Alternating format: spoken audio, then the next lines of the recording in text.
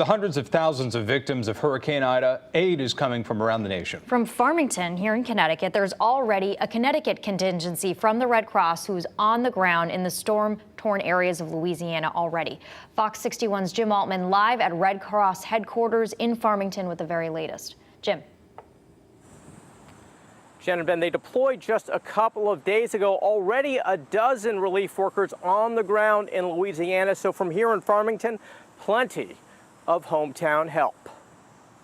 The storm stories are just coming out, and reality is beginning to set in. This storm is significant. It is historic. In Louisiana and beyond, the swath of destruction left by Hurricane Ida is still being assessed.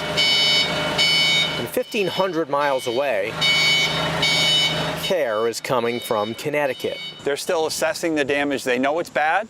They don't know how bad it is, and they won't know that for the next several days. In the meantime, we've sent about a dozen people there pre-landfall, and there'll be more of our volunteers and staff heading down over the next coming weeks. So we have volunteers who have been on the ground even just a couple days ago, who have been putting together those supplies, getting our shelters ready, a nice and safe place to stay for someone who has been displaced from their home and might not know if they're going back. New Haven's Daniel Ray, a Red Cross philanthropy officer, will wear a different hat and offer hurricane help.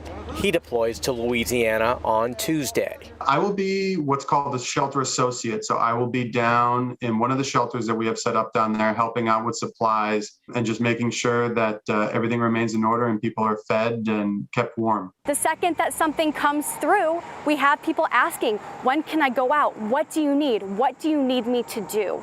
And that is something that is so valuable. And from Farmington, they expect their impact to be far-reaching.